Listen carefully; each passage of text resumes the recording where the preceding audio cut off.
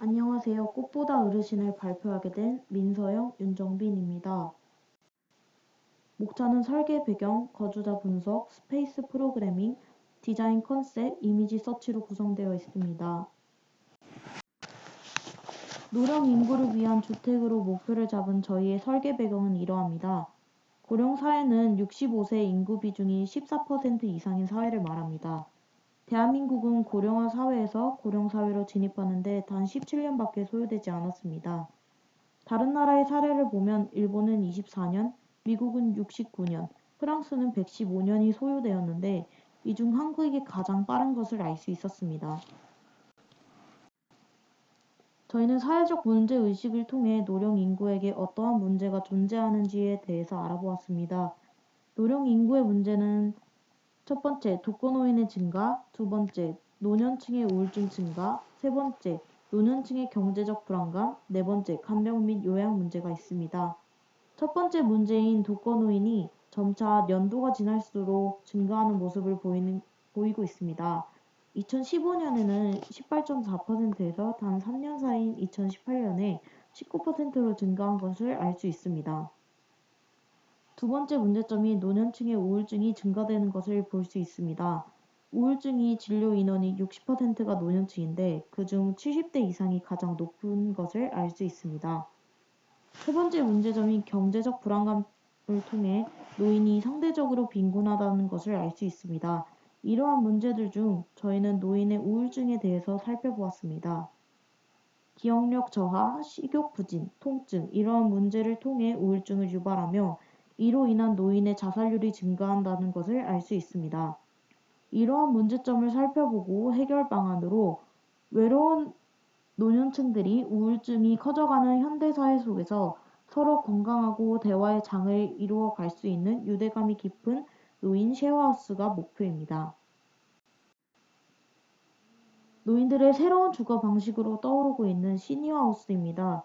시니어하우스는 고령층과 고령층이 함께 거주하며 취미를 공유하고 커뮤니티를 활성화하는 데 의의를 두고 있습니다.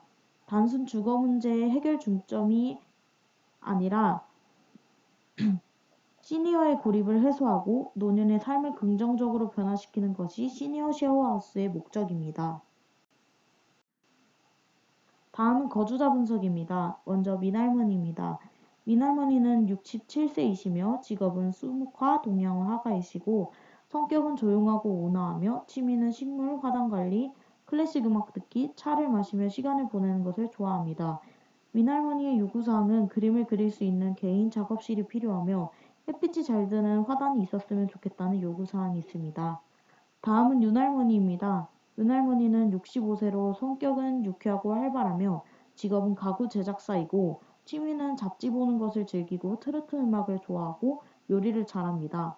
윤할머니의 요구사항은 독립된 개인 작업실과 작업실이 방음이 잘 되고 다른 사람과의 거리가 먼 곳에 위치했으면 좋겠다는 것이고 주방이 규모가 있었으면 좋겠다는 요구사항이 있습니다.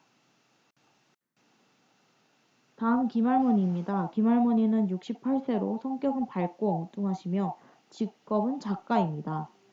취미는 책을 읽는 것과 요리, 드라마 시청을 즐겨하고 좋아합니다.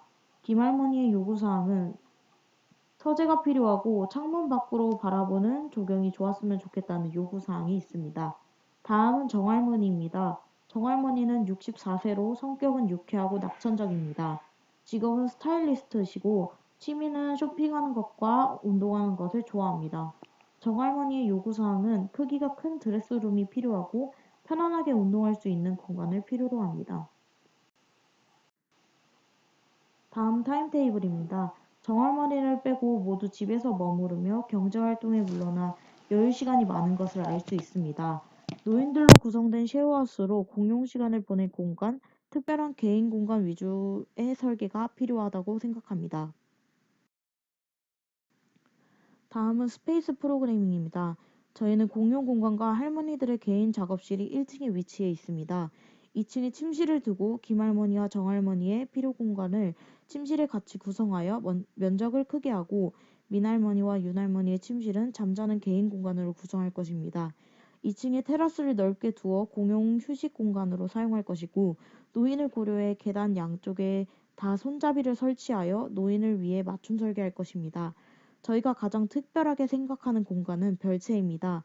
할머니들이 모두 예술계에서 종사하시기 때문에 간이로 작은 별채를 두어 할머니들의 작품을 전시하고 같이 유대감을 형성하는 공간으로 별채를 두기로 하였습니다.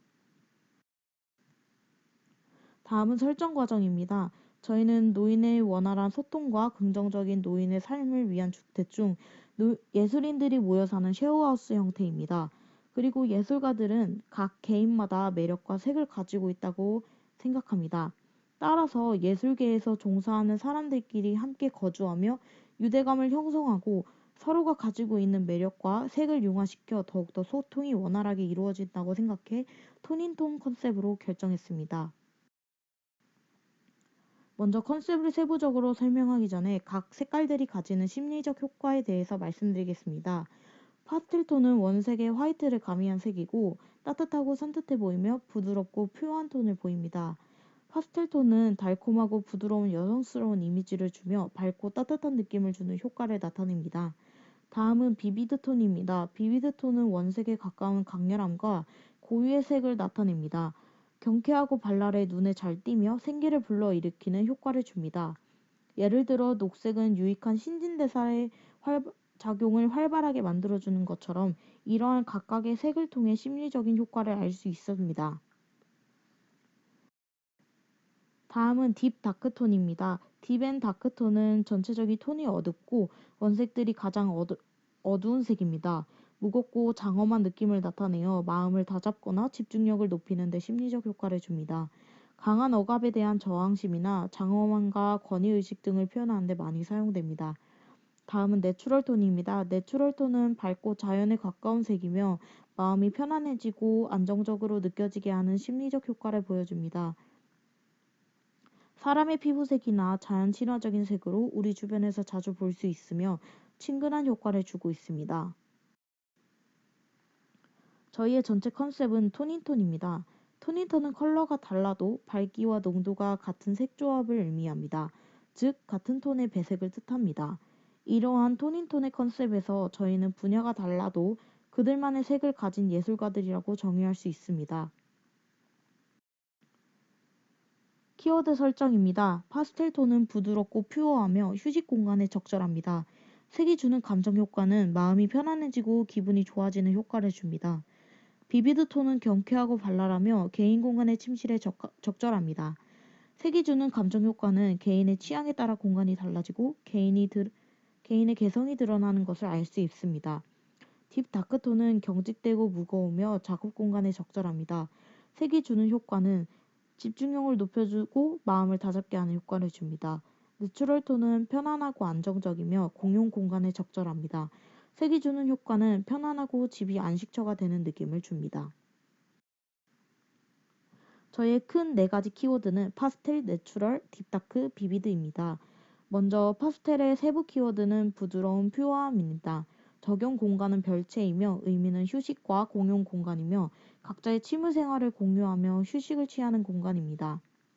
내추럴의 세부 키워드는 편안함과 안정적이고 적용 공간은 주방과 거실이며 의미는 네 명이 같이 모여서 생활하고 적적한 생활을 달래주는 공용 공간입니다. 딥다크의 세부 키워드는 경직된 무거운이며 적용 공간은 개인 작업실입니다. 의미는 높은 집중력을 통해 자신의 할 일을 하는 곳인 중요한 개인 공간입니다. 비비드의 세부 키워드는 경쾌함과 발랄함이고 적용 공간은 침실입니다. 의미는 개인의 개성과 매력이 돋보이는 개인 공간입니다. 파스텔과 내추럴은 공용 공간이고 딥다크와 비비드는 개인 공간입니다. 다음은 이미지를 찾아본 것입니다. 파스텔의 공용 공간과 휴식 공간인 별채입니다.